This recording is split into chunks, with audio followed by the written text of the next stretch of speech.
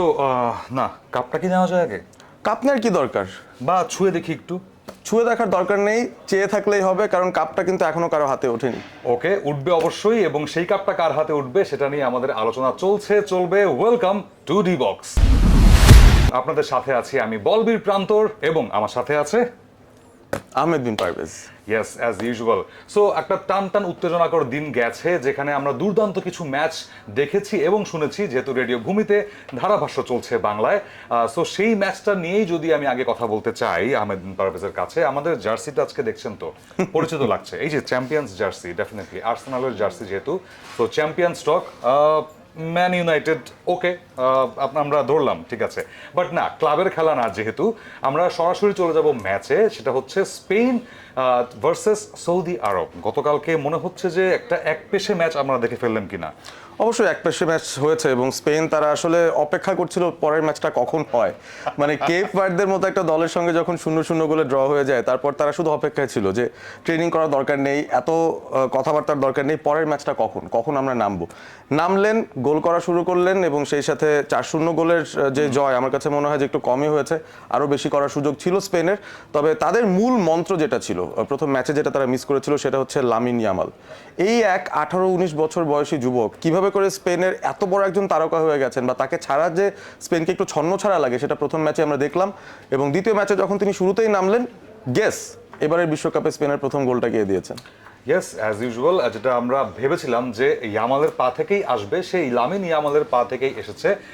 But all together আমি যদি বলি, স্পেনের আক্রমণ, আপনি বলছিলেন যে আরো অনেক বেশি গোল হতে পারতো, এবং সেটা ইভেনচুয়ালি হয়েছেও, বিকজ 4-0 গোলের জয় আমরা সাধারণত অনেক সময় দেখি না। বাট এই যে এই গোল ব্যবধানে যে স্পেন জয়লাভ করলো, একটা বার্তা কি দিল কিনা পুরো বাকি দলগুলোকে?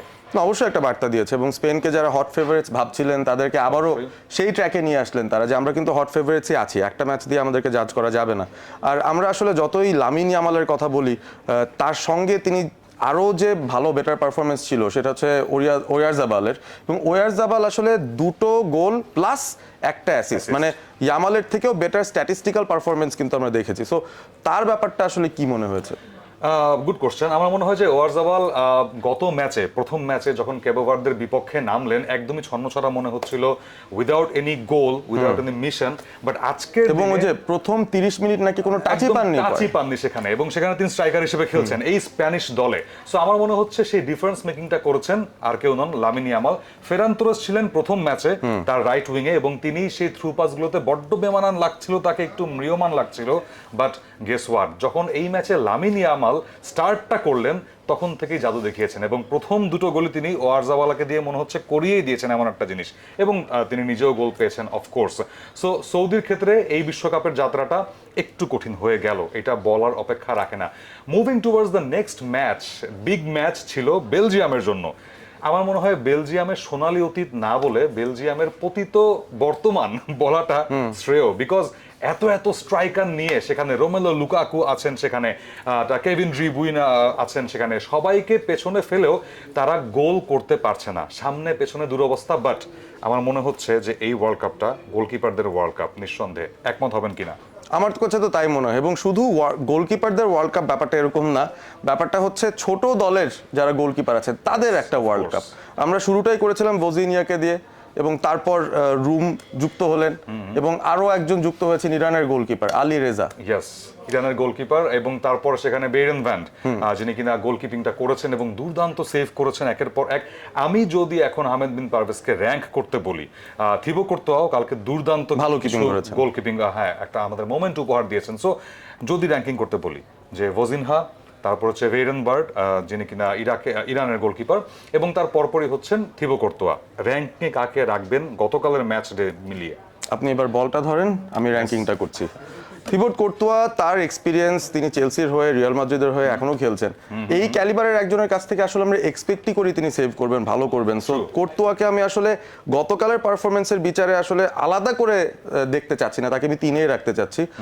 2-এ রাখতে চাচ্ছি আমি ইরানের গোলকিপারকে, যিনি সাধারণত ভালো সেভ করেছেন, 7টা সেভ ইন টোটাল। বাট সেটার মধ্যে একটা দুর্দান্ত সেভ ছিল, বা হাতে প্রায় মানে আঙুল সমান দূরত্ব থেকে একটা শট, সেটা তিনি কিভাবে যেন ঠেকিয়ে ফরওয়ার্ড সেখানে Right. ছিলেন তার সামনে, এবং যখন তিনি ঠেকিয়েছেন তারপর কিন্তু ওই 3 ফরওয়ার্ড মোটামুটি মাটিতে লুটোপুটি খাচ্ছিলেন, যে বিশ্বাস করতে পারছিলেন না যে কিভাবে গোলটা হয় নাই। সো এরকম শক্ত একটা আয়রন হ্যান্ডের জন্যই আমি আলীরেজা বেরেনভানকে দিচ্ছি সেকেন্ড প্লেস, এবং ফার্স্ট প্লেসটা আমার কাছে মনে হয় ভোজিনিয়া, কারণ এই পুরো বিশ্বকাপের সবচেয়ে বড় গল্পটা বোধহয় তাকে নিয়ে হয়েছে। কেপ ভার্দের এই গোলকিপার এখনো পর্যন্ত এত দারুণ পারফর্ম করেছেন যে দুটো ম্যাচ চলে গেছে যেখানে উরুগুয়ে এবং স্পেন এই দুটো দলের সাথে খেলেও আপনি বিশ্বাস করতে পারেন কেপ ভার্দে এখনো হারেনি। অ্যাবসলিউটলি, এবং তিনি দুটো গোল যদিও কালকে কনসিড করেছিলেন, বাট আই গেস যে তিনি আমার সেই র্যাঙ্কিংও ওপরের দিকেই থাকবেন সেখানে। ভোজিনহর তার মায়ের কথা বলছিলেন যে তার মা আসতে পারেননি সেই প্রথম ম্যাচে ভিসার খরচের কারণে, তাকে কিন্তু নিয়ে আসা হয়েছে, অর্থাৎ তিনি সেই গ্যালারিতে বসেই ছেলের ম্যাচটা দেখেছেন এবং দেখেছেন যে কি দুর্দান্ত খেলেছে।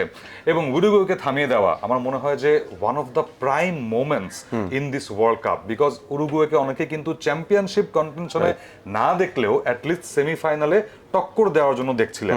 একটু কঠিন হয়ে গেল কিনা তাদের? অবশ্যই বেশ কঠিন হয়েছে, এবং উরুগুয়ের যে হেড কোচ আছেন মার্সেলো বিয়েলসা, তাকে বলা হয় কোচদের বাবা। মানে তিনি যে ফিলসফিতে খেলেন তার ফিলসফিতে তার শিষ্যরা এখন ডমিনেট করছেন ওয়ার্ল্ড ফুটবল।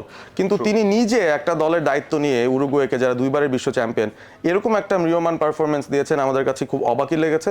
এবং ফায়ার পাওয়ারের খানিকটা অভাব আমরা দেখছি। আমরা বারবার বলছিলাম রিয়াল মাদ্রিদের সুপারস্টার ফেদে ভ্যালভার্দে এই দলটায় আছেন, মিডফিল্ডে তাদের ঠাসা উগার্তে রয়েছেন সেই দলটায়, সামনে ডারউইন নুনেজ আছেন। মানে এই ধরনের একটা সেট আপ নিয়ে তারা যদি এরকম একটা পারফরমেন্স দেয় অবশ্যই ডিসঅ্যাপয়েন্টিং। বাট উরুগুয়ের এখনো কিন্তু পরবর্তী রাউন্ডে যাওয়ার সুযোগ আছে। শেষ ম্যাচটায় তাদের ভালো করতে হবে, অন্তত জেতার চেষ্টা করতে হবে, তাহলে এখান থেকে হয়তো বেরিয়ে আসার একটা সুযোগ রয়েছে।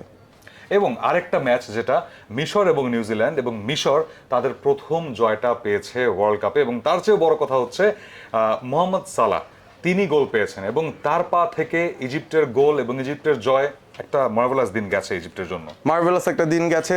মিশরের রাজা ফারাও মোহাম্মদ সালাহ তিনি শেষ পর্যন্ত একটা গোল পেয়েছেন, এবং ইজিপ্ট এই ম্যাচটা জিতে এই গ্রুপে কিন্তু সবার উপরে চলে গেছে। 2 ম্যাচ থেকে তাদেরই 4 পয়েন্ট, বাকি দুটো টিমের পয়েন্ট 2-2 করে, এবং নিউজিল্যান্ড সবার নিচে আছে 1 পয়েন্টে। সো এক্সাইটিং একটা গ্রুপ। বেলজিয়ামকে তৃতীয় স্থানে দেখতে হবে 2 ম্যাচ পরে, সেটা আসলে কেউ আসলে ভাবতেও পারেনি। এবং ইয়েস, বেলজিয়ামকে দেখতে হবে থার্ডে, এবং অর্থাৎ তারা তৃতীয় অবস্থানে আছে, এবং তার চেয়েও বড় কথা হচ্ছে একটা রেড কার্ড তাদের নামে অলরেডি যুক্ত হয়ে গেছে, এবং এটাই কিন্তু ফিফার ফেয়ার প্লে। আমরা যেটা কথা বলছিলাম যে তৃতীয় হওয়া দল কিভাবে কম্পিট করবে সেই র্যাঙ্কিংয়ে সেরা 32-এ যেতে, সেটার পথে কি একটা খাড়া হয়ে দাঁড়াবে কিনা এই রেড কার্ডটা। আমার তো মনে হয় তাই। এবং তাদের সেন্টার ব্যাক লাল কার্ড খেয়েছেন, তার বয়সটা একটু কম, এবং মাত্র 19 বছর বয়সে তিনি বেলজিয়ামের সেন্টার ব্যাক হিসেবে খেলছেন। একটা সময় টোবি অলডারওয়েরেল্ড ভার্টঙ্গেনরা খেলতেন, সেই জায়গায় এখন তরুণরা খেলছেন, তবে তাদের পারফরমেন্স কিন্তু আশানুরূপ হচ্ছে না। এবং মোটামুটি তারেমি যেভাবে রানটা নিয়েছিলেন ইরানের, তাকে ধরতে গিয়ে রীতিমতো টেনে ফেলে দিয়েছেন লাস্টম্যান হিসেবে। রেড কার্ডটা অনুমিত ছিল, এবং সেই 58 মিনিটে রেড কার্ড খাওয়ার পরই আসলে বেলজিয়ামের অ্যাটাক করার ধারাটা আসলে কমে গেছে, এবং সে কারণেই ইরানের সঙ্গে তাদের পারফরমেন্সটা এরকম রিয়মান হলো। সো আরো দুটো ইম্পর্টেন্ট ম্যাচ অবশ্যই আছে, সেটা ফ্রান্স ইরাক, এবং আরেকটা ম্যাচ সেনেগালের এবং নরওয়ে ভার্সেস সেনেগাল। ডেফিনেটলি আবারও আর্লিং হাল্যান্ডের কথা চলে আসতে বাধ্য নরওয়ের কথা যখন বলি, বাট সেনেগালের কথা বলতে হয়, আফ্রিকান সিংহ তারা। সো এই ম্যাচটা অবশ্যই টানটান উত্তেজনাকর হতে চলেছে আহমেদ বিন পারভেজ। আমি যদি ছোট্ট করে এই দুটো ম্যাচের স্পেশাল প্রেডিকশন জানতে চাই আপনার কাছে। ফ্রান্স প্রথম ম্যাচটা জয়লাভ করেছে দুর্দান্তভাবে, তাদেরকে আলাদা করে বলার কিছু নেই, but Iraq definitely will give some fight. এই জায়গাটাতে আপনি ফ্রান্সের একাদশে কোনো পরিবর্তন দেখতে পাচ্ছেন কিনা, এবং প্রেডিকশনটা? এই গ্রুপটার দিকে যদি তাকায়, আমার কাছে মনে হয় যে সবচেয়ে দুর্বল দল ইরাককেই ধরতে হবে। সো ফ্রান্স যদি তাদের প্লেয়ারদের একটু অদল বদল করে দেখতে চায়, কিছু প্লেয়ারদের যদি একটু বিশ্রাম দিতে চায়, তাহলে কিন্তু এই ম্যাচটা একটা মোক্ষম সুযোগ হবে। সেনেগালের সাথে খুব টাফ একটা ম্যাচ তারা খেলেছে, এবং সেখানেও 2-1 কিন্তু ছোট ছোট কিছু ইনজুরির মধ্যেও পড়ছিলেন। বাট ফ্রান্সের ফ্রন্ট লাইন চেঞ্জ করার অনেক সুবিধাও আছে সেখানে। বারকোলাকে শুরু থেকে নামানো যায়, এমবাপে তো থাকবেনই, তিনি আসলে তাকে বাদ দেওয়ার কোনো উপায় নেই, আর কেউ না থাকলেও তিনি থাকবেন ফর শিওর। ডেম্বেলে খুব একটা ভালো খেলেনি, তার জায়গায় কোনো একটা অন্যরকম চেঞ্জ আনতে পারে কিনা ফ্রান্স দেখা যাক। ইভেন মিডফিল্ডে হয়তো কান থেকেও নিয়ে আসতে পারে from the start, just check out করার জন্য যে তিনি কেমন করেন। সো এই হচ্ছে অবস্থা। এবারে বলটা ঠেলে দিলাম আপনার কাছে। Prediction, quick prediction. France Iraq 3-0 France. ওকে 3-0। সো এরপরে নরওয়ে এবং সেনেগাল। হ্যাঁ, এটাও টাফ, আমি 2-2 ধরছি এই ম্যাচটা। ওকে ইয়াস, হাড্ডাহাড্ডি লড়াই হতে যাচ্ছে অবশ্যই, এবং এই হাড্ডাহাড্ডি লড়াইগুলো আপনারা উপভোগ করতে পারবেন রেডিও ভূমিতে ধারাভাষ্যে এবং ওটিটি প্ল্যাটফর্ম আই স্ক্রিনের পর্দায় সরাসরি। সো নেক্সট এপিসোডে যুক্ত থাকবো আমরা আবারও আপনাদের সাথে। সেই পর্যন্ত টাটা, গুড বাই, অ্যান্ড দেখা হবে পরের এপিসোডে।